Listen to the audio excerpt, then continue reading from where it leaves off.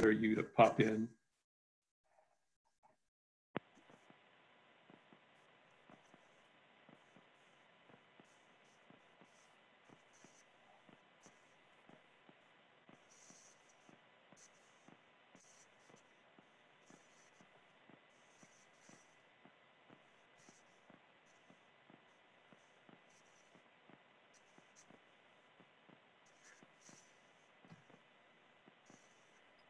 Good afternoon, everyone. This is Brittany Mitchell with the Institute for Community Inclusion. We'll give everyone about 4 more minutes to get connected before we get started. Thanks and welcome.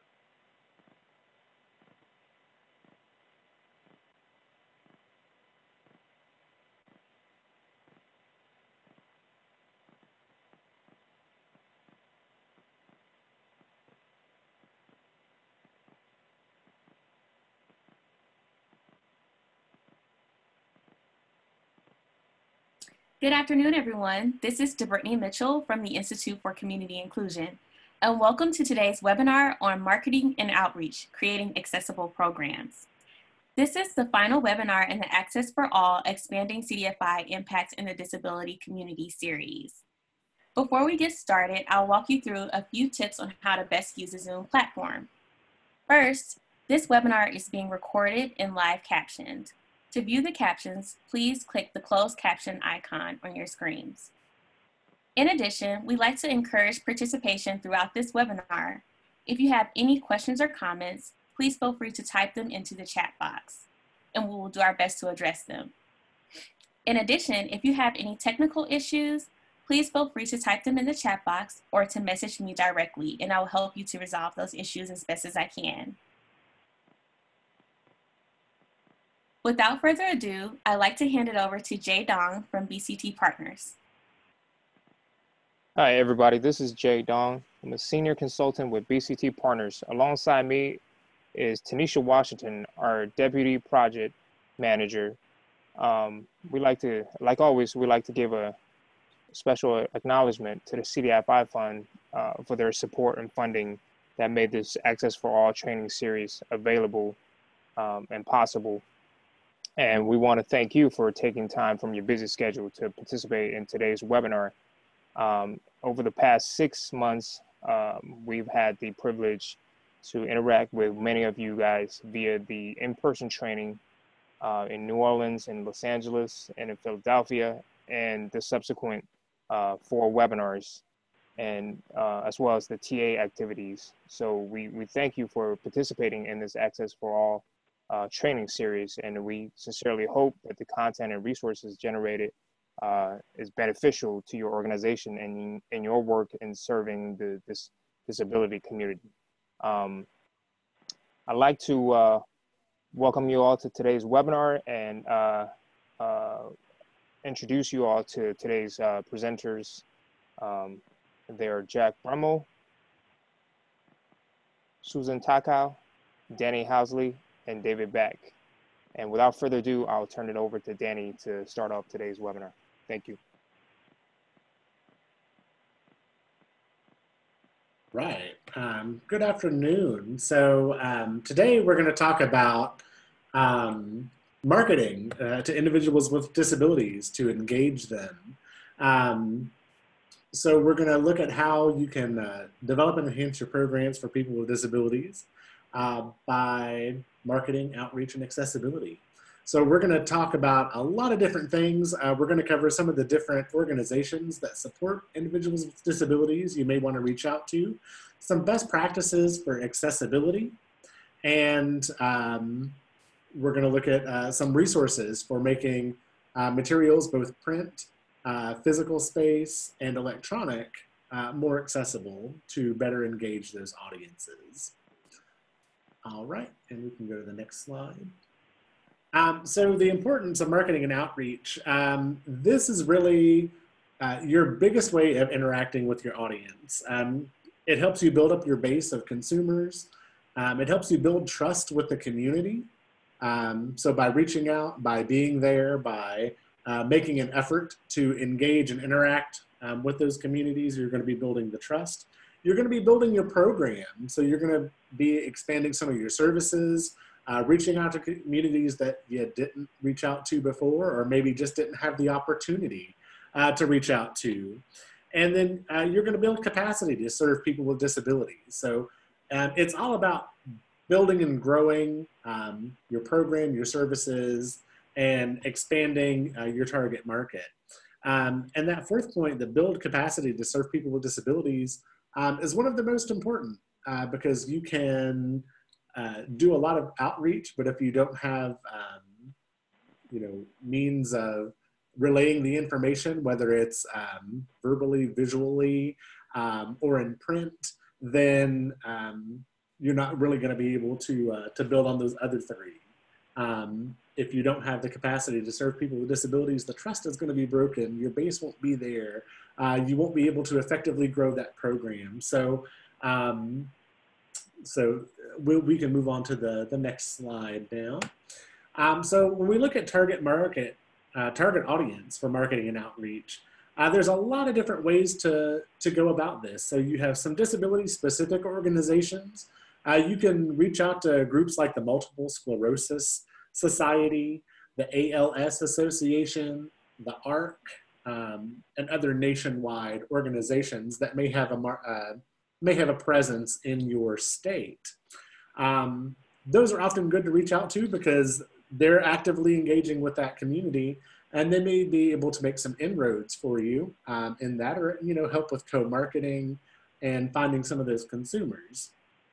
You can also look at support groups, peer support organizations, groups that get together to share strategies and solutions for one another. Parent groups are big. If you're looking at those transition age individuals, people that are getting ready to maybe move out of living with mom and dad into their own community or into their own apartment. People that may still be in high school that are developing those skills, those important financial education skills like budgeting and managing their funds. Parent groups are a great solution for that. Parent to Parent is a nationwide organization. They have branches in every state, so that may be something to look into. Statewide independent living councils. This is one of your most important resources you can look to in your state. So statewide independent living councils, every state and territory has one. And they really can sometimes be the glue that binds a lot of different groups together. They're gonna know the organizations that are out there. They all provide information and assistance and information and referral. So, you know, if you start with your statewide independent living council, it's a peer-run organization. When I say peer-run, it's run by and for people with disabilities. So 51% of their staff and board have to be comprised of individuals with disabilities. But they can really help with identifying some agencies and organizations that you might be able to work with. And then finally, looking at people with disabilities and their families. Family support is important. We talked about parent groups. Oftentimes, an individual with a disability may have what's called a circle of support. And that's going to be individuals that are chosen by that person to help with making some decisions, with providing some guidance. Ultimately, the individual with the disability is in control, but they do have input from friends, family, individuals that they choose to help provide that information and support. So moving on to some additional resources for target audience, advocacy organizations. These are groups like your National Federation of the Blind, ADAPT. They're organizations that are there to support and amplify the voice of the individuals with a disability. And you see there's all different kinds of advocacy groups out there. Some are more direct, some are more hands-off. It varies. Independent living centers, we mentioned statewide independent living councils. Those are for the state. Often regions will have independent living centers that serve them. That's an advocacy organization. That's one of their core services. Looking at state agencies that work with individuals. So human services, community development, labor and industry, education. We work very closely with our education department here in Georgia. The program I manage, we work very closely with education because we're getting those, again, those independent living skills, those financial education opportunities for people so that they're positioned in a way that will help them to succeed. Health and Human Services does a lot for people of all ages, age ranges. So looking at younger up to the aging community, what are the supports that are there? Community development, that's where you're going to be finding resources for things like home modification, weatherization. Again, they work across all age ranges with that. Exploring local housing authorities. There are often programs for home ownership, maybe utility assistance. They may have groups and lists that you can reach out to. Looking at equipment vendors. A lot of times when you're working with individuals with disabilities, you know, the number one thing that we do loans for in Georgia is for assistive technology. And so we want to have a good relationship with some of those equipment vendors that are out there because sometimes they can provide discounts to the individuals. They may be doing presentations and can help with marketing your program. There's a lot of opportunities for pairing up and working together to better reach that community with those vendors. And then finally, your peer-led organizations. And again, just to reinforce, peer-led means it's run by and for people with disabilities. So there's a lot of those, and we're going to explore some examples on the next slide here. So again, Centers for Independent Living, they're consumer controlled and community based. Cross disabilities, so to unpack some of those terms that are in there, consumer controlled means that it has to be 51% of the staff and board have to be people with disabilities, people with significant disabilities on that board. So when you talk about consumer control, it just means that the individuals that you're serving are fully represented in a majority of the staff and the board. Cross disability means it's all disabilities, all ages, all disabilities. They're non-residential, so nobody lives at a Center for Independent Living. They are an organization that are there to provide things like peer support, independent living skills, advocacy services, transition services, and most of their services are free to individuals with disabilities.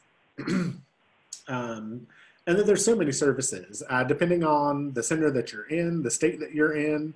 I know some of them have employment programs, some of them have voucher transportation assistance programs. So it's really important to connect with your centers that are in the state. Again, they're going to provide opportunities maybe for your organization to come out and do a presentation, to put you in touch with individuals, maybe to design some specific trainings and curriculum and materials to be distributed. The National Federation of the Blind, this is the oldest and largest nationwide organization for people with vision loss. Every state has a National Federation of the Blind affiliate. There are a lot of services that they provide on a national level and on a state level. Again, it's important to connect with your state's organization to kind of see what's going on. We have invited, and I will, full disclosure, I am a board member of the National Federation of the Blind of Atlanta. I've been on their board for about 8 years now. So just to get that out of the way. But they do provide supports for people with vision loss. We often have people come out to our meetings to do presentations and to connect directly with individuals, and we distribute information and whatnot of organizations. So that's a good one to connect with. ADAPT, this is a grassroots organization. I often refer to ADAPT as the civil disobedience wing of the disability rights movement. Most states have an ADAPT chapter. Sometimes they're bigger or smaller, depending on where you are. If you're in New York, Rochester has an amazing one. Austin, Texas has a huge chapter there. But they often work with some of these other groups, the NFB, National Federation of the Blind, and the Independent Living Centers. You're going to see a lot of overlap in the membership of these groups.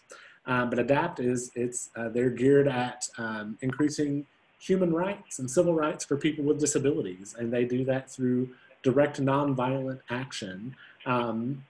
Another disclosure, I am also an ADAPT. I have been an ADAPT member for about a decade now, so I have done some of those direct actions where we actually show up and maybe cause a bit of a disturbance to enact some change. And then finally, Parent to Parent. So this is another, I mentioned them earlier, it's another nonprofit organization that promotes connections with parents to provide support. So whereas Centers for Independent Living are providing peer support for people with disabilities, that's an individual with a disability connecting with another person with a similar life experience. The same goes here for Parent to Parent. They're going to connect parents of children with disabilities so that they can share those resources and strategies for what have worked for them. And again, it's important to connect with those groups because you could give one parent your information and that's going to be shared through the network. All right, and so we can move on to the next slide now. Okay, so I'm Susan Tackar, and I'm taking over for Danny for just a few minutes. And I wanted just to reference two things in support of what Danny said. I am a parent, so I have a 38-year-old son who has cerebral palsy and lives independently. So going back to what Danny was saying, while he is a member of ADAPT, very early on I became involved in Parent to Parent. And those are incredibly useful organizations. Again, they're national, so every state and has a chapter, and often, especially with ADAPT and Parent to Parent, you will have regional and local chapters. For us, Parent to Parent was helpful when we moved from the Boston area to Philadelphia, and I didn't know the world at all. And what we needed to know was school districts, where we could borrow money to make our new home accessible, and how you could get an adapted vehicle. And at the time, I had never heard of CDFIs at all. But someone said, well, they've got this local resource. And so I was introduced to credit unions, and from credit unions to CDFIs. So it's amazing how that network really is important. And again, word of mouth, and that goes back to the marketing of who are you trying to serve. And pretty much everybody knows someone or has a family member who has a disability. So it's pretty broad.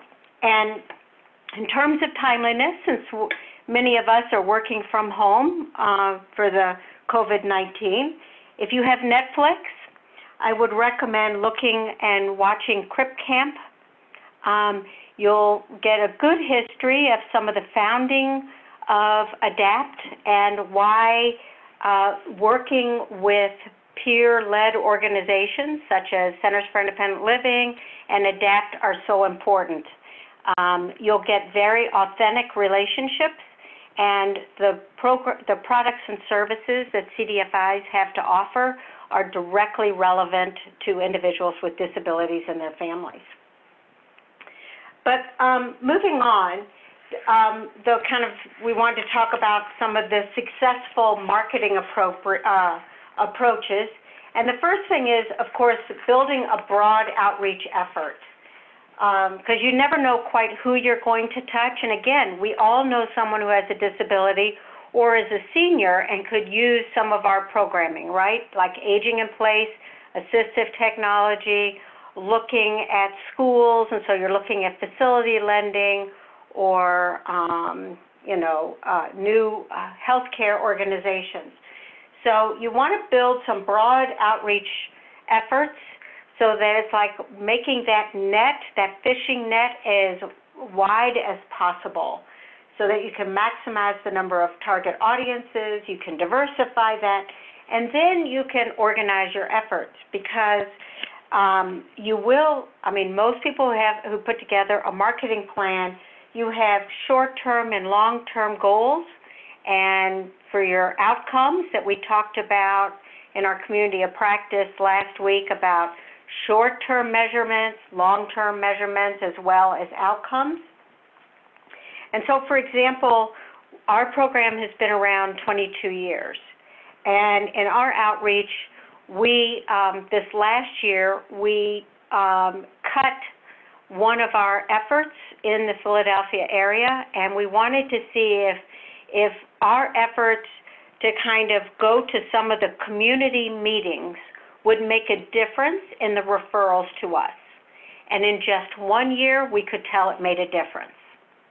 So that's a short term, but in the long term, what we're very much interested in is helping people get the assistive technology.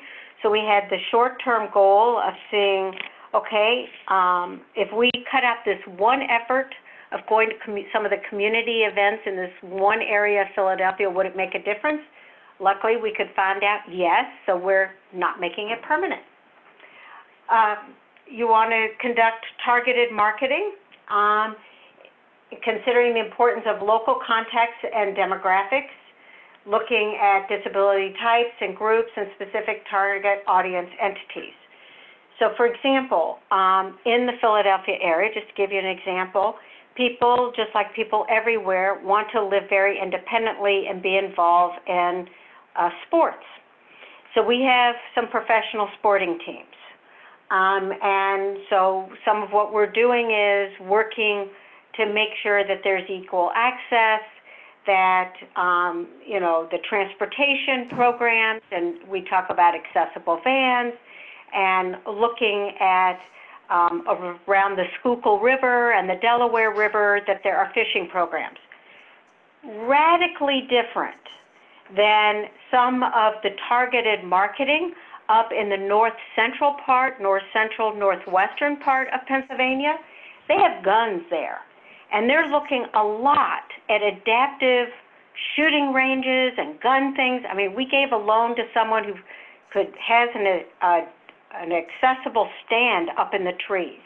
So the marketing is very different. The key is everybody wants to be able to be involved in sports. We want people to come to us for a loan for these things, but I'm assuring you we're not talking about adapted deer stands in Philadelphia. Developing strategic partnerships. Again, and Jack is going to speak to this again in a second, but what you want to do is be seen as credible and as though you, as you should, know what you're talking about and know your audience. So it's important to be authentic in the disability community. If you're not, you're seen as a fraud and people won't trust you. So having people with disabilities on your staff, on your board, involved in your program design, in your marketing materials, will all lead to credibility. Jack, did you want to kind of follow up? Sure. A couple things on this point of developing partnerships. So one of the ways that you can do that is to attend conferences. So for instance, the Audiology Association in your state probably has an annual conference. They may have quarterly conferences. Occupational therapy and other professional associations have conferences. You can go there and you can market your materials, and you can also develop a relationship with those organizations. And in terms of conducting targeted marketing, Danny mentioned earlier working with vendors for AT programs, for assistive technology loan programs. You can put together a list of all the medical supply companies in each community in your state or in your region, and then develop a marketing plan. I'll give you an example. When the Northwest Access Fund was expanding into Oregon, I did the research to identify the medical supply companies in Portland, in Salem, in Eugene, and several other communities. And then I visited those medical supply companies in person with my marketing materials, and basically told them that our loans could help their clients with sticker shocks, people that might look at the price of a piece of mobility equipment or even hearing aids and wonder if they could actually afford it. With our material, they could talk to them about how they could afford it through loans through our program. So those are the sorts of targeted marketing and partnerships that you can do. Susan. Right, and lastly, on the bottom of this slide, the leveraging of referrals. It's word of mouth and storytelling. How often have we known if you've had a good experience, you tell your friends and your family, right, and your neighbors. And it's like that ripple effect of a little pebble in a lake. So it's important that that your borrowers, the people you're reaching, when they have a good experience, to tell that story and to encourage them to tell their story. And going back, as we build on this in this marketing webinar, it's capturing those stories and hearing from their voice and in their voice of what makes a difference in their lives. It could be that being able to go to a specific school funded by a CDFI, that housing facility lending made it possible to be able to go to a school and get the skills you need. It could also be an apartment building that allowed you to live independently and not in your in a nursing home. For assistive technology, those are almost all consumer loans. And so being able to hear, if you're getting a hearing aid, being able to go and meet your friends for dinner, just if you're a wheelchair user, just like your other friends. That makes a difference if you have a new adapted van. So I think it's leveraging and not to assume what is the most important thing for the borrower, but to hear from their voice in their words.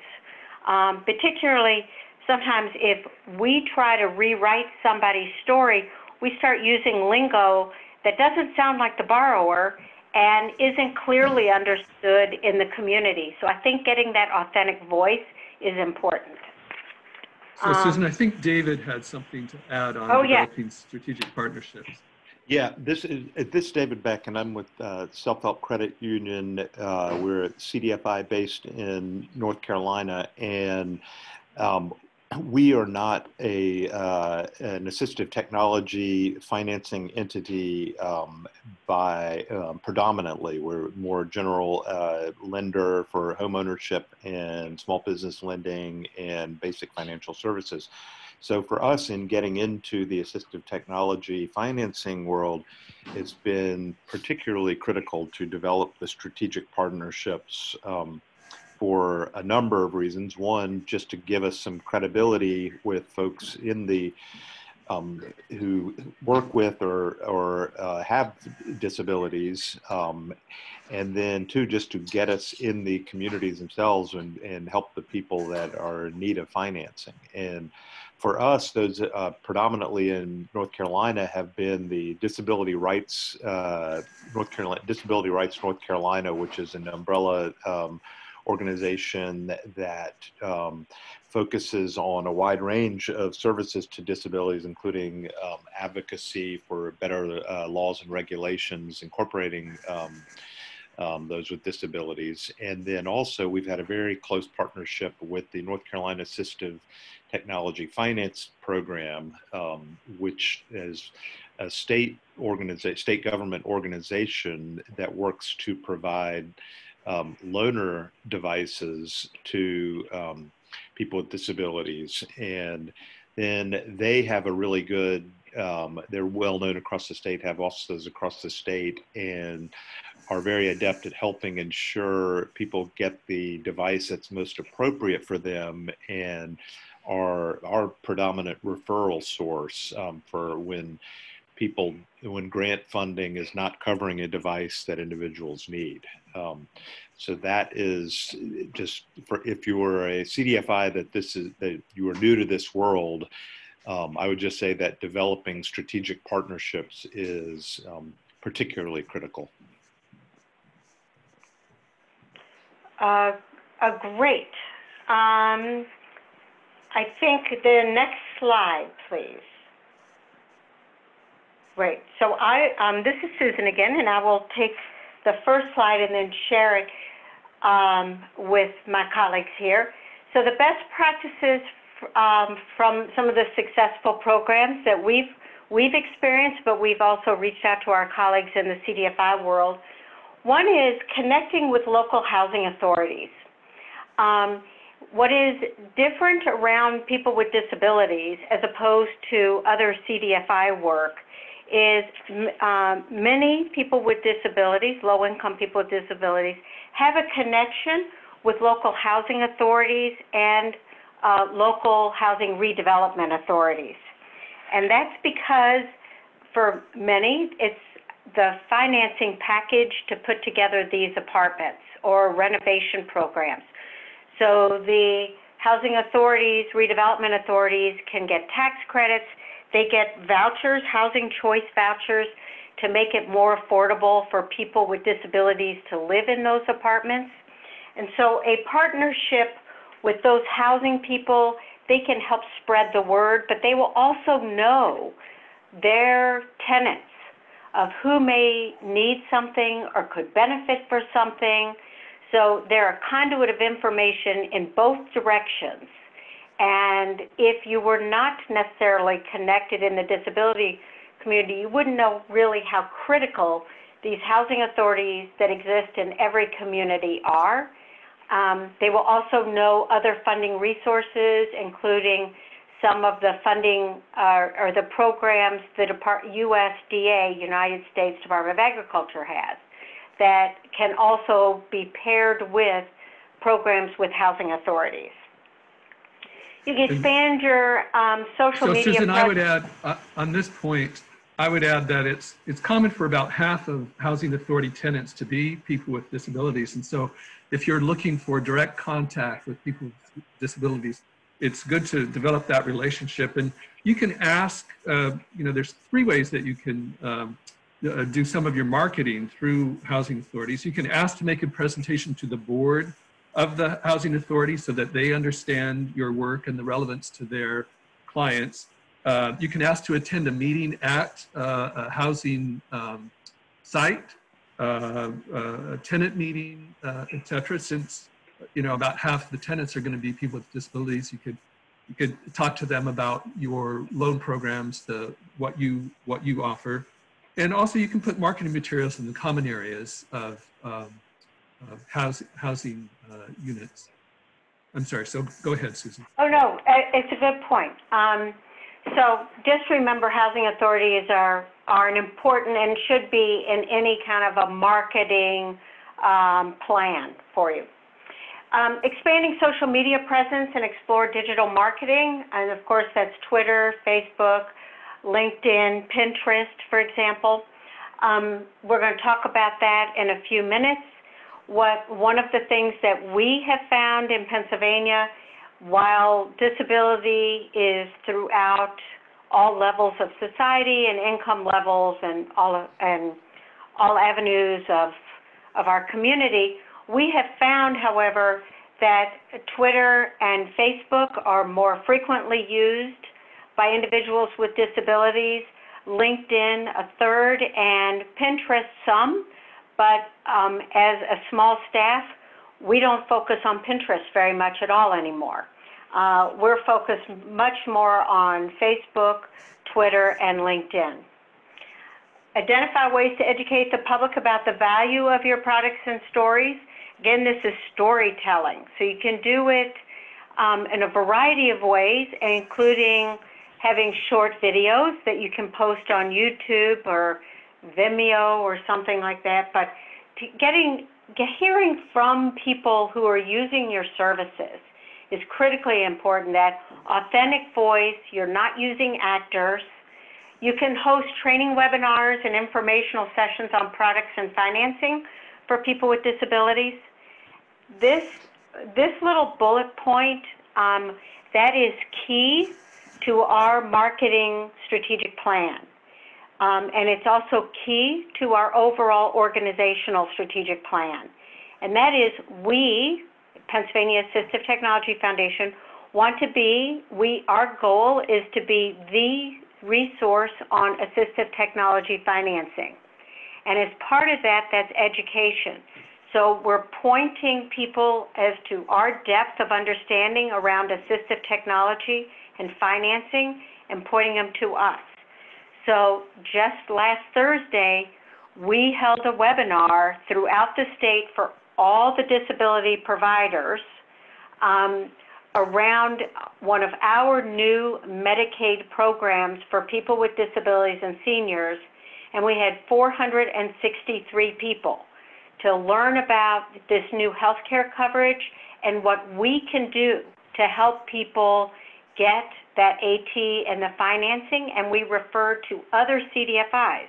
For example, people who are running small business or are working in small business, they need to know where are the resources right now. And these educational webinars and information sessions are a great way to link your knowledge, be seen in the community as the experts, and linking it to the disability community. Okay, next. All right. Jack, I think that's you guys. So yeah, right? I think I'll go on this. Best practices continued. For assistive technology lending, conducting internet-based research and connecting with mobility vendors, similar to what you might do with medical supply companies, is important. And here, basically what you do is you just type in whatever state you're working in, and then we'll type in mobility. So Washington mobility, and see what pops up, because a lot will pop up. Or type in your city or your region, and then mobility. And then all of these mobility vendors will pop up, and then those are people to reach out to either visit in person, to begin a correspondence, and talk about how, similar to medical supply companies, how when their clients get sticker shock when they look at the price at some of the products that they need, you can be the one that helps the vendor get their product to the client that needs it.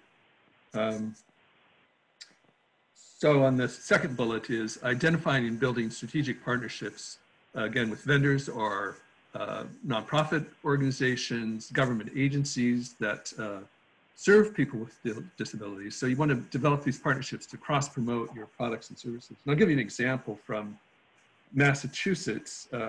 There, the AT lender in the state has vehicle vendors include their materials on their website. So in other words, the Massachusetts lender puts the lender's materials on the vehicle vendors' websites. And they do the same with state agency websites, such as the Commission for the Blind and the Commission for Deaf and Hard of Hearing. And you can also do this with your Department of Vocational Rehabilitation. So in these partnerships, of course, can be more than just cross-promoting via websites. It can also be the agencies, for instance, will often host networking sessions or conferences, and you can go to those and promote your products and your services there. And I don't know, Daddy, did you have anything to add on that? Yeah, I mean, just like you said, with the strategic partnerships, it's going to be one of your biggest benefits, and how to get individuals. Here in Georgia, I have built good relationships with some of the vehicle vendors, the home modification vendors, and we get a lot of resources or a lot of referrals from those, because our program is really one of the only ones that does what we do in the state. But it was through those kind of relationships that we were able to get folks and to support them as necessary. So, and again, working with the other government agencies and the peer-led groups, it's vital for outreach and for just kind of supporting one another. So, thanks, Danny. On the next this bullet, David, Jack, can I add David. one thing? Yeah. Yeah, so, great. So I was just going to say one of the initiatives that Self-Help worked with in partnership with Disability Rights North Carolina and with the Assistive Technology Program, where we did a statewide series of regional meetings, and where we invited the general public to come and learn about the services Disability Rights provides, the services that NCATP provides, and then how we provide loans. And so folks could get a pretty broad look at the panoply of what's out there, but then also ask specific questions and about what may be important to their needs. And we also invited vendors as well. So that was a good way for us as sort of a non-majority, I guess, disability assistive technology lender to partner up with with folks who are more full-time serving people with disabilities, and sort of piggyback a bit on their credibility, and then show what we have to offer. Thanks, David. This next bullet, leveraging low cost and free publicity and advertising opportunities, has an example with the community theaters. And you can be pretty innovative when you're looking around for free or low cost ways to promote your loan programs or your the work that you're doing with the disability community. I'll give you this example from Kansas. Their AT loan program, their assistive technology loan program, connected with the community theater in Lawrence, Kansas, And they actually paid, I think it was $2,500 for a year's sponsorship of the theater. And they were featured in all of the playbills all year long, and they were included in the social media that the theater put out. They were mentioned at at 2 performances for every play. They were mentioned at every performance, and they set up a technology expo at 2 performances for every play. So they would have theater goers would come, and they'd actually learn about assistive technology in the lobby, prior to and during intermission, prior to a play and during intermission. And it was, they thought it was very successful, and they've continued that practice. So I think there may be, I don't know, David or Susan or Danny, you may have other examples of getting this sort of publicity. Yeah, this is Danny. So when you look at, there's so many options out there. Sometimes it takes a little digging, but some people may say, oh, why would we advertise in a community theater? And it's, well, you're going to get individuals with disabilities, their support folks, they're going to be going there. Also looking at things like if you have a local radio reading service that provides that, they'll often provide free 1 to 2 minute spots if you want to come in and record something. Looking at local radio stations. Here in Atlanta, one of our biggest radio stations is out of Georgia State University. Gets a ton of listeners, and they have free advertising that you can do. You can do a spot to do that, to reach again more people, because even though it's based out of Georgia State, you get listeners of all ages. It's very popular in the region here. And now they have a presence on the internet, so it reaches even further.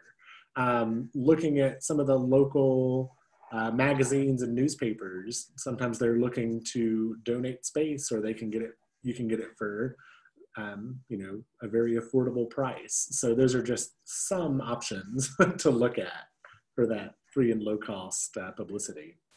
Thanks. Any other examples, David or Susan? Okay. Last bullet is identifying and building partnerships with asset development or anti-poverty stakeholders in your state or region. And so if you haven't heard this statistic before, here's a reason to work with anti-poverty groups. There's a study in 2009 of poverty, and it was looking at the connection between disability and poverty. And they found that when measured on an annual basis, if somebody was in poverty for most of a year, 48% of people in poverty, the US definition of poverty, 48% were people with disabilities. But they also had a long-term measure, which was out of a 4-year study period. If an individual was in poverty for 3 years, they were considered to be in long-term poverty. 65% of people in long-term poverty were people with disabilities. And this is something that a lot of anti-poverty groups and asset development organizations may not realize, that their work, if they're not focused on the needs of people with disabilities, they may be missing their targets. So it's important, I think, to connect with them and explain to them that statistics I just gave you, and talk about how you can help them serve the needs of their target audience, the poor. So we were able to do that in Oregon. We started working with asset development. They've got a very robust asset development, individual development accounts, match savings account program in Oregon. And we hooked up with all of them and had assistive and got them to agree that assistive technology was an asset that individuals could save for and get matching funds. And in Oregon, I think the match is 3 to 1. So it's a very good idea to look around for asset development programs if you are a person with, if you're a program that's doing assistive technology work, because you can work with them to get more assistive technology into the hands of people with disabilities. So I know we're getting tight on time, so let's go ahead and move on. Susan, I think you're next. Yep. Okay, so now we're going back into giving some examples of what seems to work and some of the partnerships we've created. And that is kind of the mantra that we have at PATF of show, don't tell. So engaging content, put together some engaging, impactful content that supports your message is key to building an effective marketing and outreach plan. One of the questions we have in our application, by the way, for our loan program is, how did you hear about us? And not that everybody remembers how they hear about us, but it's important for our outreach efforts and looking again at measuring impact that we ask the question, how did you hear about us? Because one of the things we've learned is that there are certain groups that we initially thought would be a good avenue, a good partner to kind of market our program because we would see some mutual benefit. However, they don't like to talk about money. So they turn out not to be, in trying to market our program, they're not a most effective partner. So for example, occupational therapists and speech therapists are people we talk to all the time. We help teach some of their classes to tell people about assistive technology, but they actually don't market our program because their world is not talking about money and they're not comfortable talking about it. So I think for the next several slides, what I want to let you know is it's part of our strategies have been developed based on our short-term and long-term marketing strategic plan, and key to that is always asking, how did you hear about us? So we put together some informational publications. So here are 3 of them on your screen. On the far left, it's funding your assistive technology. In the middle, it's talking about Community Health Choices, our new Medicaid program. And on the right-hand side, it's Sense and Sensibility. It's our financial education book. So what's important about that is branding, right? So we've got our color scheme. Any organization must do color scheme. But the other thing you may not know is that we have branded accessibility. So we use only certain colors, and we're conscious of the contrast. We're using only certain fonts to make sure for someone who's low vision, they can read it. So it's without all those curlicues. We use pictures of people with disabilities, and we're talking about empowerment. We're talking about dignity, and if we aren't using picture and never actors, if we're not using pictures, we're using graphics, so an infographic. So in the middle, that's an infographic to show people that our new home and community-based waiver is so much more than just healthcare. And by the way, just to do a shout out, like how do you get people who know disability, and will create a graphic that's, dignified.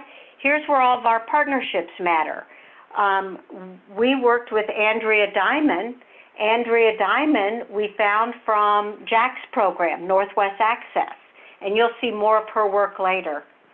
But the design work we got from Funding Your Assistive Technology and Sense and Sensibility, we had a volunteer who has MS, who did our design work for both of those publications.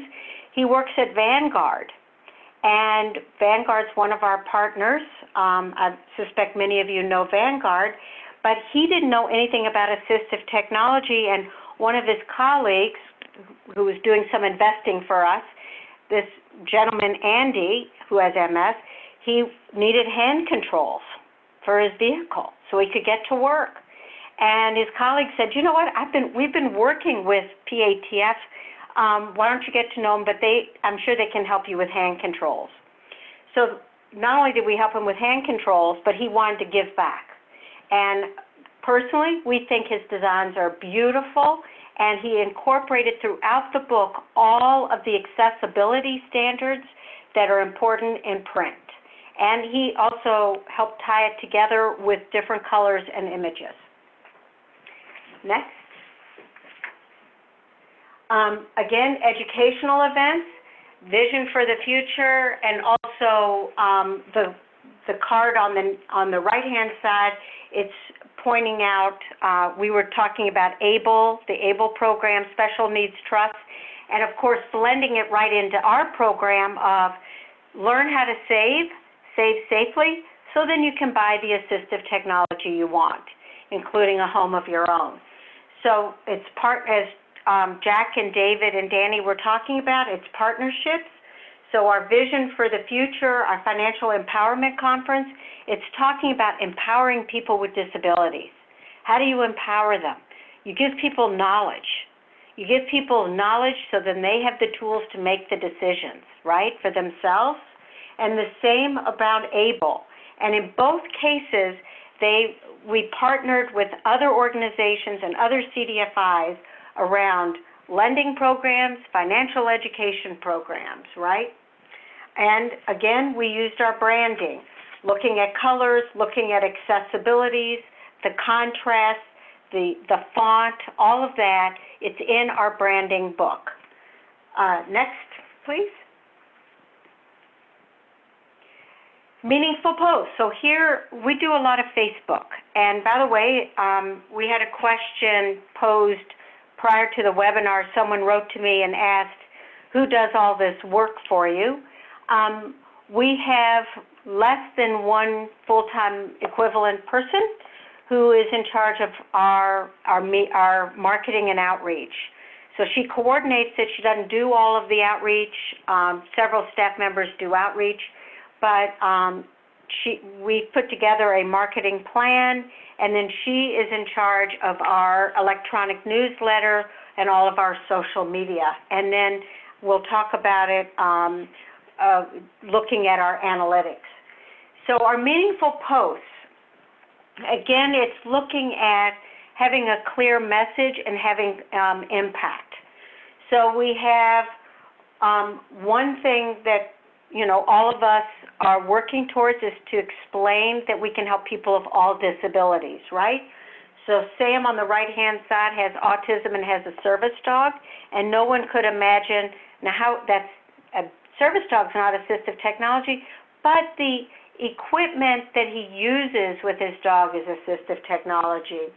In the middle one, we're talking about financial education. It was a post about one of our graduates of a financial education program we had. And on the right-hand side, I'm talking, we have a very strong presence in Harrisburg, our state capital. Next. Meaningful posts in terms of Twitter. So of course, we're watching this. So on the right-hand side, one of our top ones was when my local congresswoman and where our office is housed is Madeline Dean, and she is the one that put in the amendment to increase funding for the disability fund, FA stuff in the CDFI fund. So of course we posted that Madeline Dean's amendment got passed, and then of course their office picked it up, then they sent it out, so it went throughout Pennsylvania. Again, you can borrow with your posts, you can share, and so in our middle one and on the right-hand side, we are sharing other people's material just to kind of keep it aware of, look at some cool assistive technology and products, and the message is it's branding back to us and our loan program. Next. Engaging content. So this is part of the important stuff of making sure you're capturing it. So we're capturing when, and I'll show you a graph in a minute. What's the campaign? What's the subject line? What's the click-through rate? Because you are having to look at your marketing over a long period of time. Of course, there's short-term, but what you want to know long-term is how to get people to come to you and your products, right? So what we found last year is that we had a photo contest about, November is, in case you all don't know this, November is Assistive Technology Month nationally. And so we always have a contest of Show us your assistive technology. Tell us how it made a difference, and how did you get it financed? And so that has built over the last 5 years, and we had a click-through rate of 27.6%. So, and then we had, our funding manual, 27.6. Jobs and homes aren't enough. It's, it's putting things together, 21.5%. Giving back through music. Stories around assistive technology and music are engaging, 20.9%. And our new guide about accessing assistive technology through our Medicaid program, 19.7. Why is this important to capture? Because we use Constant Contact, and Constant Contact, their average for nonprofits, which we are, is a 5.99% click-through rate. And look at those rates. So that meant we captured engaging content, right? Now, not to think that all of our stories are this impactful, our average click-through rate is 10.46%. Next. Okay, so, and I'm going to blend in for some of what I'm going to talk about. Danny is going to get this slide again and go into deeper content. But accessibility is actually mandatory. So this is important stuff because it's not really optional anymore. So websites must follow the WCAG standards. And we've been asked before, well, isn't this kind of like an add-on? And the answer to that is no. The ADA was passed, as you all know, in 1990, before the internet as we now know it. However, the department, the internet and websites were not specifically mentioned in 1990. However, the Department of Justice has taken the position that the ADA applies to all websites, mobile apps, and the Internet of Things. And so to avoid discriminating against people with disabilities, these digital products must be designed to be accessible. And less than 2 years ago, there was a federal court that held that the ADA does in fact apply to bank websites. And I believe the court case was against Ameriserve Bank. So learn more about WCAG standards. We're going to talk about that again later, but in my world, since we have a small staff, kind of one of my mantras is I don't need to be the expert on these things, but I need to be able to find the experts. So we, in fact, go to Aardvark Brigade. They're in New Jersey. We're in Pennsylvania, so, it's all internet, so it doesn't matter. But we Googled for a while, like accessible websites, and then we talked to our colleagues in different businesses, like who did your website. And you can see at the bottom of, if you scroll all the way down to the bottom of a person's first page on their website, you can find out if they're meeting WCAG standards because you will put the little logo and the emblem on there. Remember, this is not a choice. And just for your information, WCAG stands for Web Content Accessibility Guidelines. And again, you don't need to know all the guidelines. You know where, you just need to know how to get there. Your PDFs need to be 508 compliant. That means that they're accessible to a screen reader. For example, we use Appligent. I've mentioned this before in other webinars.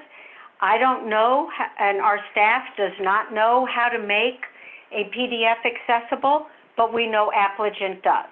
And it's approximately $30 a page. Digital images, put alt text behind them. And Danny will talk about it, but the only area that I'm personally involved in this is doing PowerPoints.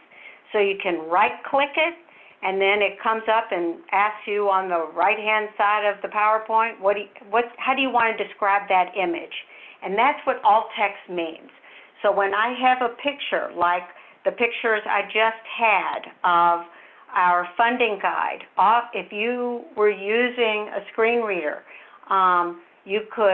that screen reader would read, and the description I put on there about how it described the funding guide, for example. All content, you must be conscious of contrast, text size, the font, the reading and comprehension level. Our sense and sensibility, we wrote it at a 5th to 6th grade reading level, because what we really wanted is all people, including people with disabilities, to have access to this material. So when I looked at some of our bank's financial education material, the front, I'm like, within the first couple of pages, you're talking about amortization. And I know people don't know what amortization means. We have learned the hard way in our program that people don't know what a promissory note is. So we are starting with a reading level that is lower than 8th grade, and we are building and we are adding definitions throughout our materials so that we can assume that everyone will have an opportunity to be able to be part of the conversation for their own financial future. Again, that's empowerment. And lastly, in-person meetings. You must guarantee that they are accessible spaces with inclusive language. And that means you have sign language interpreters, you have CART services, which are like real-time captioning, but the accessible spaces is critically important. Okay, next, please. Marketing again, what kind of materials are we talking about? We're looking at all venues, right? In person, in print, online, ads, and then of course the unique services of radio, reading services, news lines, and etc. So we're thinking in terms of all 5 strategies, and we're trying to incorporate accessibility and branding in all 5 of those venues. Next, I've talked briefly about our digital marketing. What we mean about that is website, e-newsletter, and we happen to use Constant Contact, and social media. There are other avenues for digital marketing, but I could speak to ours because I know ours is accessible, and I know that we've put a great deal of effort into it. And I can tell you what we're moving towards in a few minutes. Next, please. Okay, our print materials. By our print materials, I mean our brochures, our annual report, our infographics, our mailers, and our informational publications. So, one example off to the right is our brochure, and we're using less language, and trying to have our pictures tell our story. So we're funding solutions for independence, and we're about assistive technology.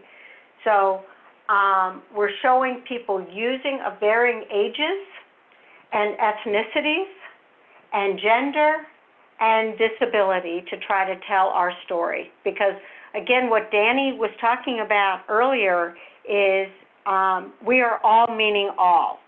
So it's not any particular disability, not any particular income level, not in, any specific AT device. It is, we're trying to give all is all.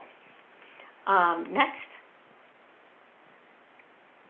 In person, we've talked about this a couple of times today of how do we do it. We happen to use funding assistance coordinators. Several other states who do AT lending do the same thing. Some are working out of Centers for Independent Living through Easter Seals chapters. I know that, for example, Nebraska and Massachusetts works a great deal out of Easter Seals. As we've talked about, we attend conferences and expos, and we provide trainings.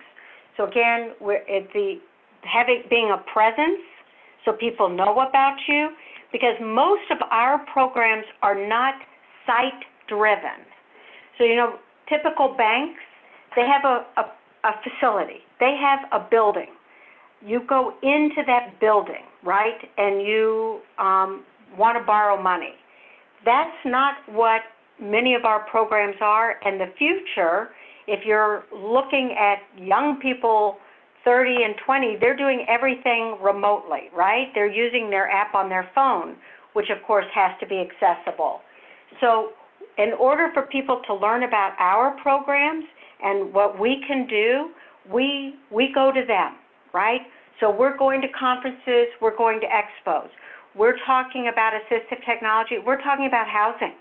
So when we're hearing people, for example, like I want a home of my own, then we can talk to our colleagues who are CDFIs. Or the fastest growing area in the southeastern part of Pennsylvania is small business. So I don't know much about small business, but we have several CDFIs in the Philadelphia area that are small business lenders. But the only way people are going to know about them, because there's not a site necessarily, it's going out and meeting people out into the community and partnering that way. Next. Okay, the brand guidelines, again, and then I think it's almost time for Danny, is in our marketing and outreach strategic plan. What we've done is we want to create a unique message.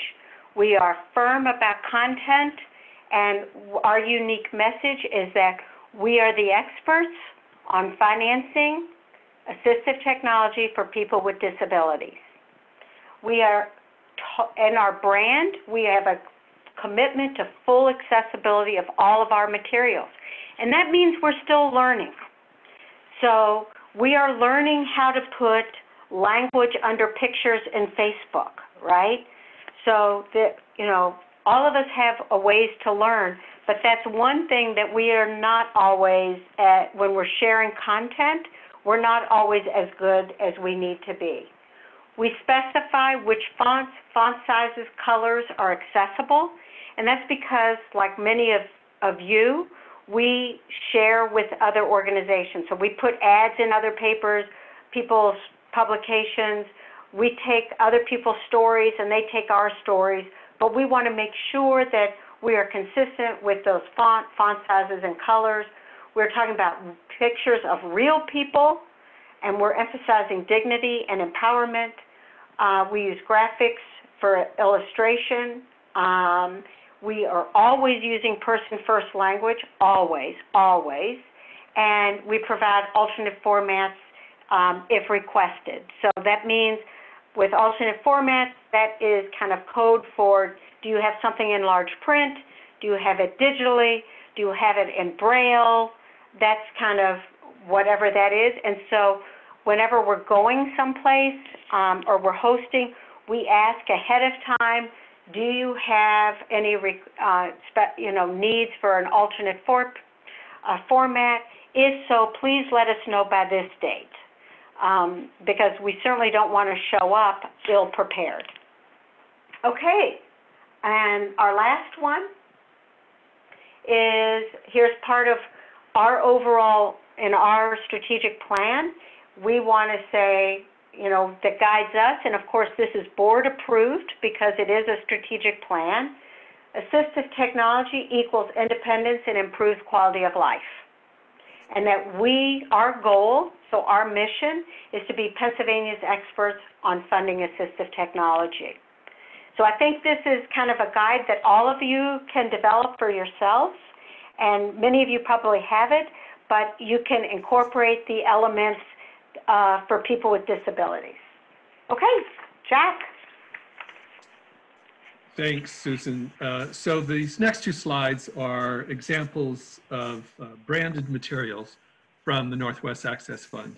So I'm not going to spend a lot of time on them because they're meant to be illustrative of what Susan was addressing earlier about how branding can help you with your marketing. This first on the left is a picture we've got for hearing aid devices. And on the back side of that, that is a 5x7 glossy card on the flip side of that, it talks about the types of materials, flashing and vibrating alarms, assistive listening systems, using radio waves or infrared transmitters as ways of doing it.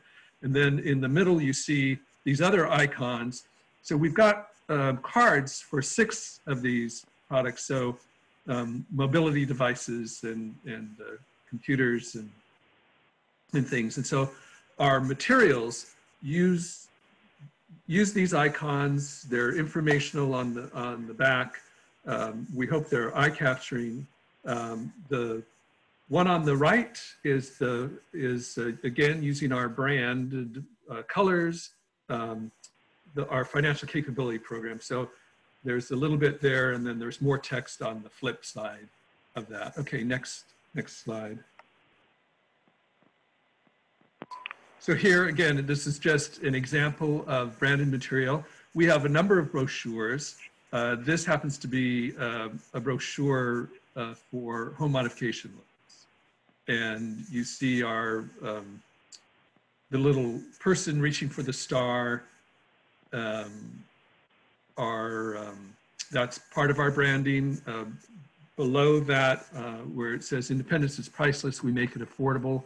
A number of assistive technology loan programs, I think, use that.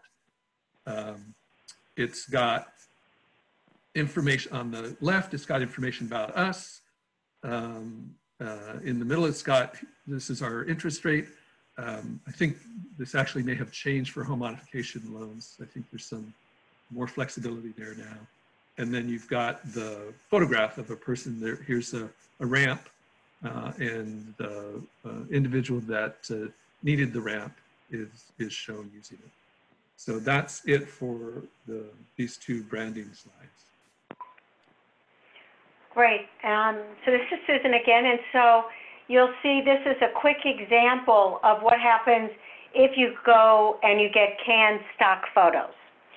So the top 2 pictures are canned stock photos, and for anyone who's familiar in the disability world, you would see immediately that they're stock photos, and you lack some respect and credibility in the disability community. So for example, the gentleman on the left-hand side is in he's in a chair that looks remarkably clean with handles, and it's not the kind of chair that you self-propel. And so you can see that he just kind of is sitting there. And then there are other little tips to it. I saw this picture close up. When a person is sitting in their own wheelchair, there is a 1 to 1.5 inch difference between the back of their knee and the seat, and he had quite a few inches. The woman on the right, she again, it's more of a stock photo. You can see it doesn't give quite the same empowerment as Jack's picture that he showed just a minute ago of the family on a ramp, or the 3 pictures on the bottom that are people who have been program participants of ours. The bottom left-hand picture, it's another home modification. And pictures are important because people don't know what is a home modification sometimes. So it shows how a family, how it benefits the whole family. In the middle is a picture of hand controls. And then on the right-hand side, again, assistive technology doesn't have to be expensive, but it's one of our program participants. She's a little person who's driving her power wheelchair and shoveling her driveway. She lives in Pittsburgh, which gets a lot of snow. So here's some real pictures that tell a story that, it's showing empowerment, it's showing community inclusion, and those pictures are possible to get either from your borrowers or people you know who may want to be in a picture. By the way, not all borrowers are looking for their headshot, so just be prepared that, they're coming to you for a loan. They're not coming necessarily to become the next star. So Danny will give you some advice as to where you can find pictures, but really what you want to do is avoid using actors. Next slide, please. Danny? Yes. So when we're looking at the kind of materials that you're going to be distributing and sharing, whether it's electronic or in print, the right format is key. I've got 4 images on this slide here. In the upper left-hand corner, we have some of the Braille alphabet. So having materials in Braille, Braille is still a very important medium for people that are blind to access information. There's some misinformation about the availability of Braille, the usage of it. It is still a very vital medium for print access. On the right-hand side, you've got some options for font adjustability. Being able to enlarge the text independently if it's electronic format, that's important. In the lower left-hand corner, we have some things for computer access. So again, we talked about paying attention to things like the font that you're using, the color contrast, larger versus smaller fonts. Is it screen reader accessible? And if you have videos or other media, does it have captions? Does it have audio description? Does it have an ASL option for it? So those are important. And then in the lower right-hand corner, we have a person holding a tablet that just says electronic form. A lot of our materials are electronic for the program that we have here in Georgia. Our application and a lot of the promissory note and everything all goes out electronically, which is accessible for a lot of people. However, Georgia also has a large rural population, so we still mail things out. I have faxed things to individuals, and we want to make sure that when we do that, that we have, again, it's large print, it's easy to read, we're not having anything that relies solely on color to provide an emphasis on anything. So, and we've mailed out our brochure and educational materials and Braille and large print and made them electronic and accessible. So that is important. Having that flexibility, knowing the resources that you have at your disposal for making some of these accessible formats. And we'll go into that in just a little bit. We can move on to the next slide now. Okay, we wanted to do a quick case study of partnerships and the importance of like working with a vendor. So hearing aids. The hearing aid vendors and the audiologists are very keen on financing. Why? Because hearing aids are so expensive. They can run from just under a couple of thousands to $8,000 and $9,000, and they are often not covered by insurance. They're definitely not covered by Medicare. So, and hearing aids give someone an incredible quality of life. I mean, you can now communicate well. I need not say more. Maybe David Beck will want to kind of speak up about what hearing aids have done for him. So what we decided to do in Pennsylvania is see if we did a marketing tour to the audiologists. Would that increase our applications? Would it increase the numbers of people that come to us? And again, we always ask, how did someone hear about us?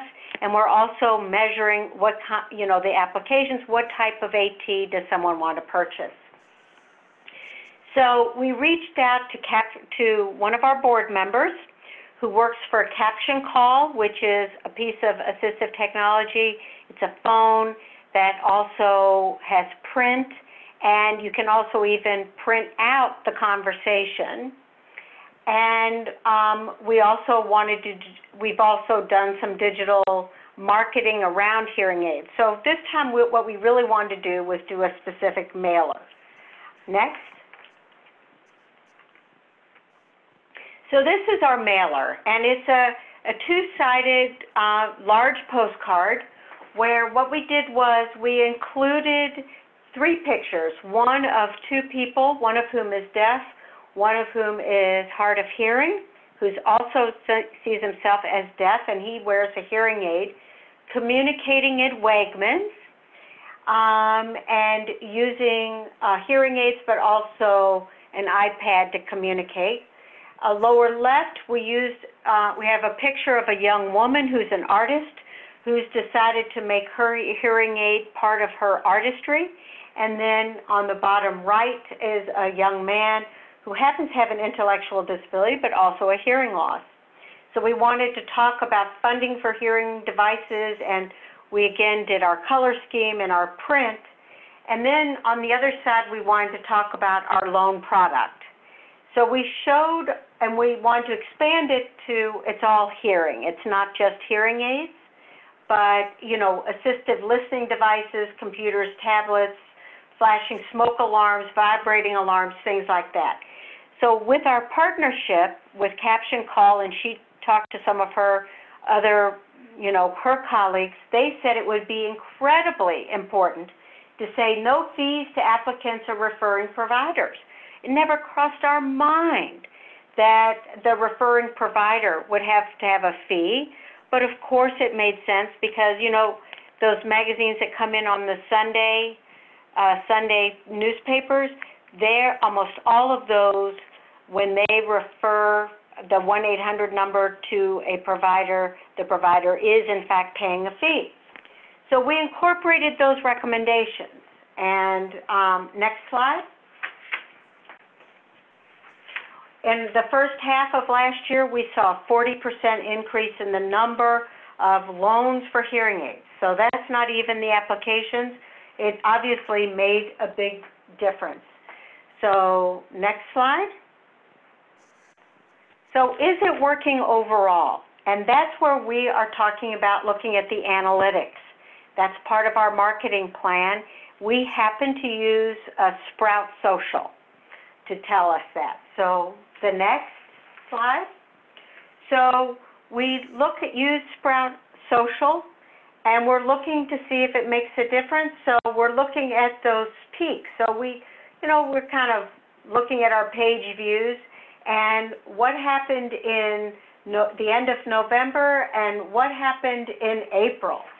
So next slide. We had our photo contest at the end of November, and we had our publication in April 9th, of funding your assistive technology. So we could actually tie right into the release of those events with our program with a big uptake in our website page views. And again, using Sprout Social. Next. So do other factors matter? And then I think this is my last and it needs to go over. Yes. Do other factors matter besides all of our marketing? Like besides making sure everything is accessible, besides going out into the community? Absolutely, other things matter.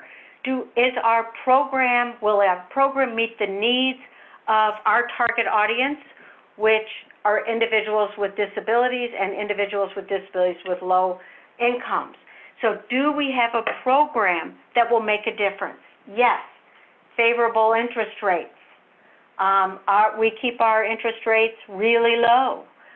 Can they be adjusted for particular types of loans? Yes. For our less expensive, it's even better. As Jack just pointed out, they have flexibility with their home modifications. Do you provide meaningful assistance in the application process? Absolutely.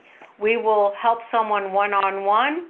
We will, if someone cannot access because of their disability, say physical disability or vision, we will help fill out the application. Of course, they need to send in supporting documents and sign the application.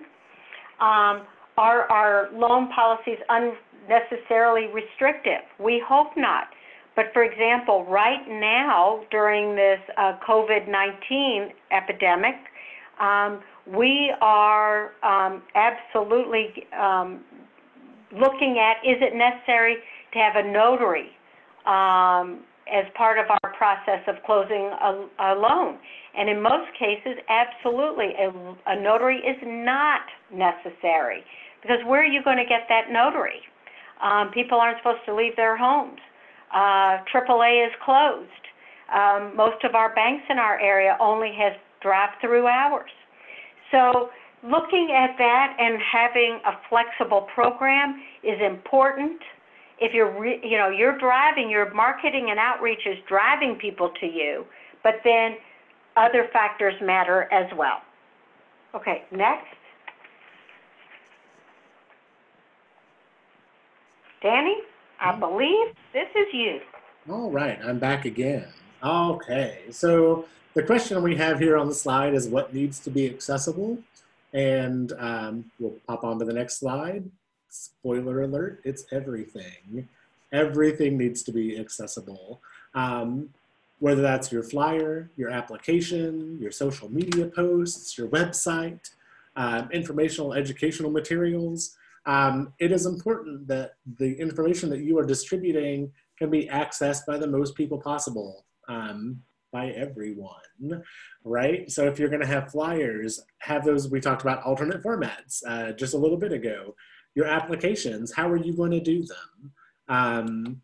For us here, our application, I mentioned before, we have it electronically, we have it in print, we have worked with individuals to do it over the phone or in person. So having that flexibility to do that. We've talked about your social media posts, making sure that you have alt text with things, that you are not using strobing imagery. Some GIFs could induce a seizure. Looking at your website, is it structured so that a screen reader user can access it? And then again, those informational educational materials. So we also mentioned earlier space, the space that you're gonna be in. You don't wanna get somebody like, oh, I don't know, me, coming to an inaccessible space because I am prone to asking questions and grilling people that organized it. We talked about the space that you're going to be in if you're giving a presentation or if you're hosting a conference, perhaps. Not too long ago, I was in DC at a conference and the accessible entrance was round the back where the garbage is taken out. And I made sure to point that out to the conference organizers who had just paid no attention to it. So when we talk about credibility, when we talk about welcoming and accessible spaces, being able to physically access the space is important. And we can move on to the next slide. Accessibility isn't scary. It's not something that should be alarming. The important thing is to implement it from the beginning. When you're coming up with an idea for maybe a new brochure or some kind of new material, begin with the end in mind. Think about what populations you're going to be reaching out to and who are going to be able to need to access that. Get feedback from individuals and organizations. We've talked about a lot of groups that you can reach out to.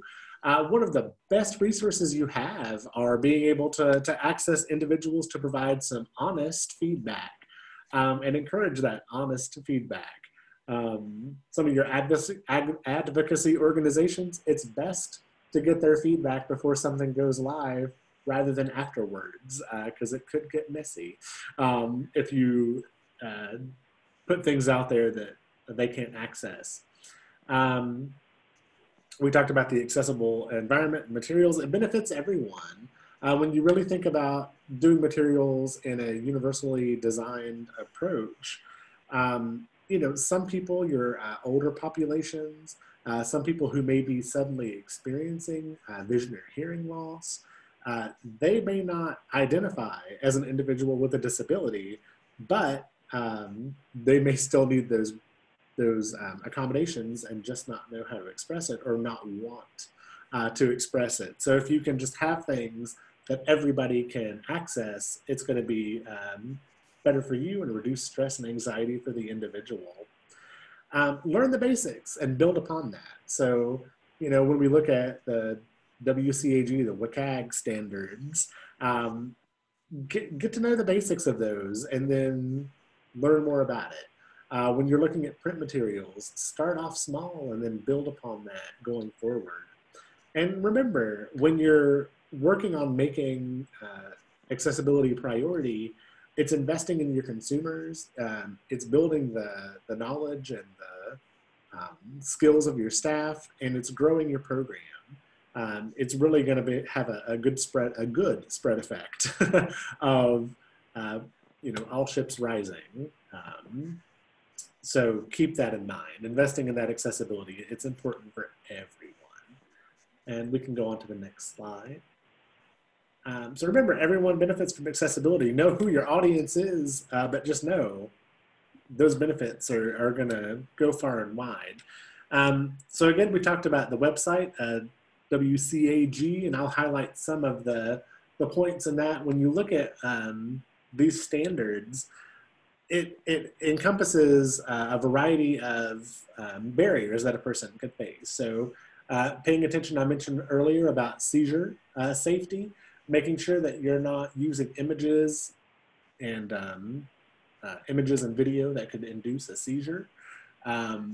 Looking at navigation, having multiple ways for your users to navigate the content. That could be with their keyboard, with a screen reader, with the screen magnification option. Having text and video alternatives. So video alternatives are things like having closed captions, having audio descriptions that are time synced with the video. Looking at that alt text for images and pictures, okay? And then keyboard accessible, making sure that all functionality can be used from just a keyboard. A lot of people don't use mice.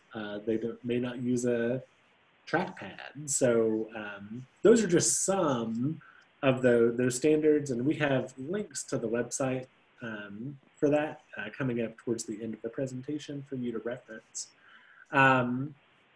Making sure your PDFs are 508 compliant, Rehabilitation Act, right? So with PDFs, you're gonna want to make sure, again, that if there's images in there that they're described, you're gonna want to set the reading order of that, and you're gonna want to make sure that all text has been identified with an optical character recognition program. And if you're using Adobe, they do have resources there for you to help make that PDF more compliant. When we look at digital images, we've discussed multiple times about alt text. With alt text, you do want to make sure that it's not overly wordy. You want to get the essential elements that a person is going to need to access what's the purpose of the image. So don't describe every little thing. Make sure that you highlight the important points of what a person is supposed to take away from that image. And then again, with all content, you want to pay attention to that contrast, text size, the font, reading and comprehension level. Earlier, I dropped a link into the chat box for a website that we use sometimes called rewordify.com. That is a website where you can plug in some text and it'll adjust the reading level. So it's a good place to start to drop some things in and kind of see what they're coming up with and what you could use to make your text more accessible. And then finally, in person, accessible spaces, inclusive language, having sign language interpreters, having captions, those are vital. Also, when you were presenting using inclusive language, people first language is always the safe bet to use when you are presenting. So again, putting the individual before the disability. So you would say, a person with vision loss, or a wheelchair user, a person who uses a wheelchair, keeping that in mind. So that's going to benefit everyone. And we can go to the next slide. Okay, so web accessibility, so much stuff is done via the web now that you really can't skimp on making sure that your website is accessible. You want to make sure that the tools and technologies that they're designed and developed with people with disabilities so that they can perceive, understand, navigate, and interact with the web and contribute to the web. So if you do have a feedback box, making sure that that's labeled properly. Making sure that buttons that are on there aren't just going to say image, image, image. That was my impersonation of a screen reader.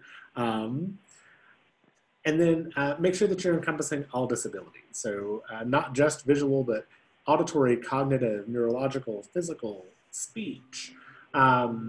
You really want to take a cross-disability approach when you're looking at web accessibility. Again, you never want to have a video that doesn't have captions. That is the bare bones minimum that you have to do to make a video accessible. Looking at that language structure, again, visit Rewordify. I recommend just giving it a try, putting in some complicated language and seeing kind of what it comes up with. And there's some very good examples on that website. When we look at things like neurological, physical disabilities, oftentimes people may be accessing a website via switches, which are ways of triggering commands on the computer or a mobile device for people who may have limited range of motion or communication related disabilities. So keeping that in mind, not having a ton of links, not having your website too cluttered, making it easy to navigate and to use.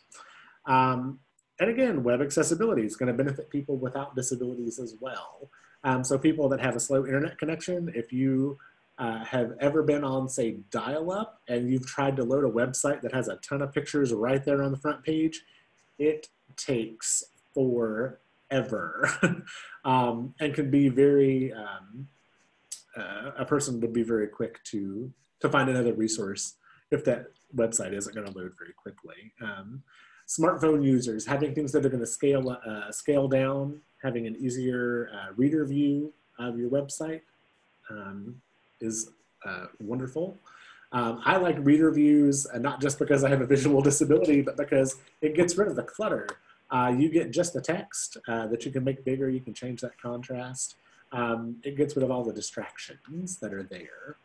And then keeping in mind people that may have situational, temporary disabilities, that's important. So again, that web accessibility, it's going to benefit a specific population, but really everyone in the end is going to benefit from that. All right, next, please. So with social media, you want to definitely be strategic.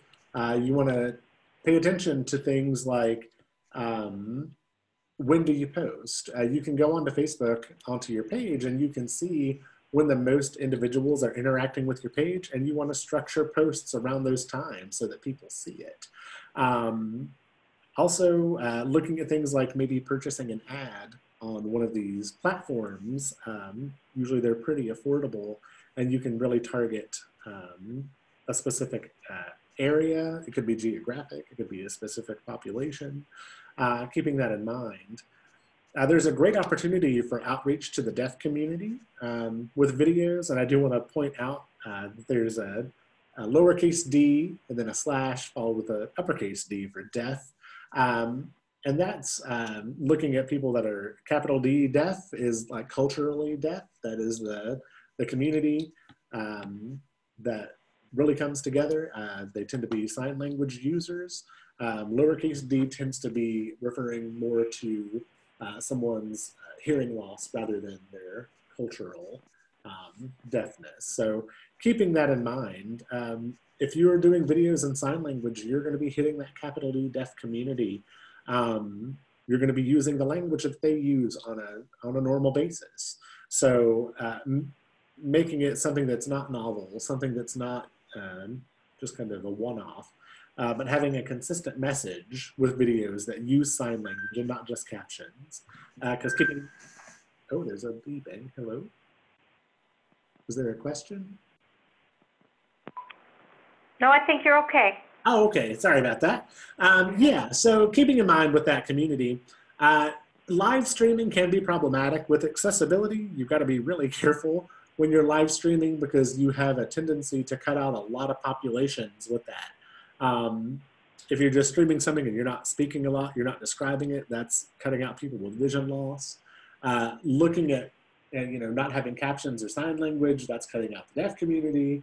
So keeping that in mind. So live streaming, you got to be really careful with it. We were able to live streamed something for my work once, and we were fortunate because there was a cart caption screen that was right by the speaker, so we were able to include the captions with that. But again, it can be problematic, and captions are your bare minimum of what you have to have. When we talk about accessibility, something I always point out is if somebody says that they are ADA compliant, I want everybody to practice their great big eye roll, because ADA compliance means that you're doing just enough to get by. We want to be able to do a little bit more, a lot more, to include individuals. So don't just try to meet the minimums, try to go beyond that.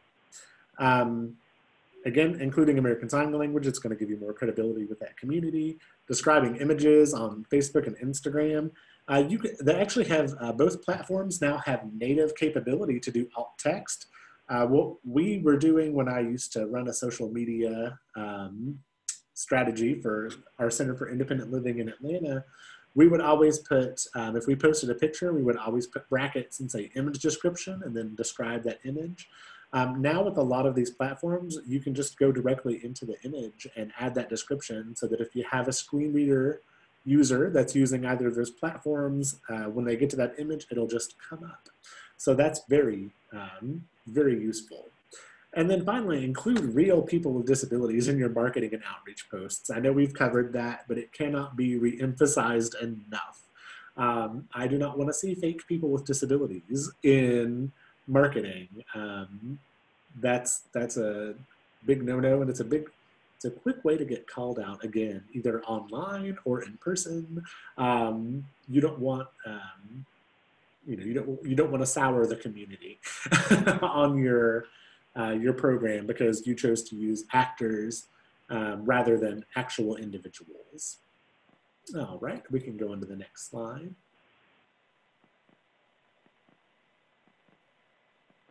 So some best practices for making Word documents accessible. When we look at document accessibility, this could be an entire 2-hour presentation in and of itself. So we do want to just highlight some of the essential things. Again, alternative text with all visuals. Visual content that includes pictures, smart art, graphics, shapes, groups, charts, embedded images, ink or videos. Again, you want those described. You want to add meaningful hyperlink text and screen tips. So if you're embedding a link in something, don't have it just say, click here. It should just be a name, or it should be the name of the group or the organization or the resource that you're linking to. Make sure that color is not your only means of conveying information. So if you want to draw attention to something, if something is important, it shouldn't just be colored red or colored green or highlighted in a certain color. There should be other ways of conveying the importance of that. You could use underlines, you could use italics to a limited degree. Using built-in headings and styles. So there's a lot of structure in Word and some other word processing programs where you can use their headings so that a screen reader user can jump from section to section without having to read every little thing in between. So you can get to the important points. If you do have a longer document that is structured in a way like, application information, frequently asked questions, those would be headings so that you could jump to those sections of that document. And then again, use a simple table structure and specify column header information. That's important. If you're using tables, don't have, 100 columns that a person has to navigate through. Make sure that it's concise and that it's easy to navigate. And again, those are just some bare bone basics that you can do to make a Word document more accessible. There are some really useful tools in Microsoft Office now for reading documents, for editing documents.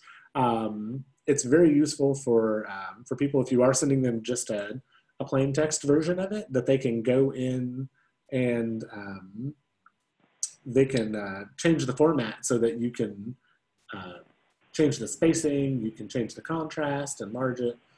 It's very very useful. So also just having a plain text version of some of your documents may benefit individuals. All right, and we can move on to the next slide. So I did say that we were going to give you some resources, and here they are. So when you look at making PDFs 508 compliant, you can use the resource Appligent, and we do have an email address and a phone number up there for them. They're very affordable. I think Susan has used Appligent for some of their materials. Is that correct? Yes, almost everything, as a matter of fact. Excellent. Next up, we also have Georgia Tech, CIDI. That's the Center for Inclusive Design and Innovation. So with that group, and this is kind of the larger research center that Tools for Life, the organization I work for, is a part of. They do services for electronic text. That's making any documents that you have accessible. It could be a PowerPoint, just an educational material. They can provide captions. That's live captions cart. And also they can add captions to videos that you've already made. So they can put those in. They can also add audio descriptions as well. We do Braille production and as well as website accessibility. And the website isn't up there, but it's amacusg.org, and I'll put that in the chat box here as well. University of Washington Accessibility, University of Washington Accessible Technology. They have guides on how to create accessible documents in PDF and Microsoft Word and PowerPoint, captions for videos and accessible websites. If you go to section 508, 508.gov is where you're going to get those training videos and modules on how to make accessible documents in Word. They have a lot of good content up there. Those web content accessibility guidelines, WCAG, that website is up here, www.w3.org will take you to the website, and then you can find the standards and guidelines on that resource.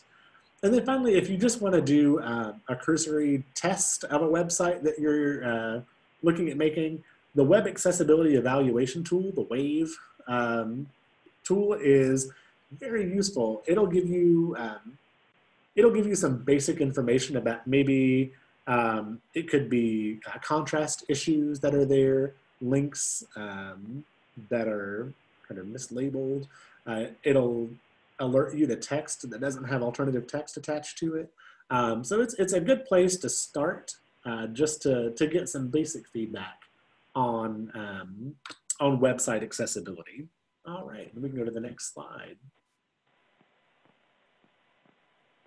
All right, so our key takeaways that we wanted for you to come out of this presentation with were to be able to identify and understand your target audience, to make sure that your outreach efforts are as broad as possible, to pay attention to brand and messaging. It matters. It's definitely very important. To reaffirm that accessibility is mandatory, whether that is in print, online, in person, wherever it may be. Accessibility is something that you have to do. And then looking at analytics to measure your outcome. So being able to look at the outreach that you've done and actually say, hey, you know, we've reached this many people. We've gone up this percentage from quarter to quarter on how we've reached individuals. All right, and we're towards the end here, so, all right. We're ready for questions, if there are any. Thank you, Danny. This is Brittany Mitchell speaking from ICI. If you have any questions, please feel free to type them into the chat box now. If you notice in the chat box, I have also posted a link to a brief evaluation. We'd like to ask you to please complete that evaluation so that we can get feedback on this webinar before you leave today. And Danny also posted the link to a resource that he mentioned during his presentation in the chat box.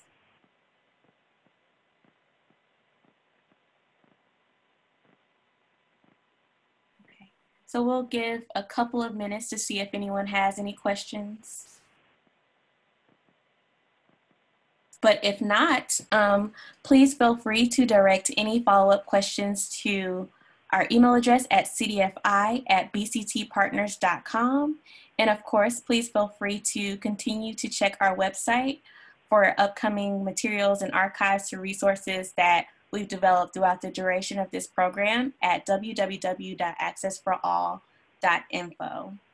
And I'd also like to take this time to thank all of our presenters during today's webinar for a great presentation. So that includes Susan, Danny, David, and Jack. And also like to thank our partners at BCT Partners for their leadership on this, including Jay and Tanisha.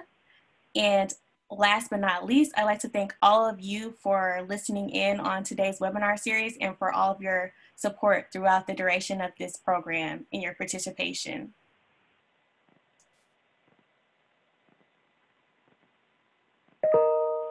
Thank you, and if there are no further questions, this concludes this webinar. Thank you.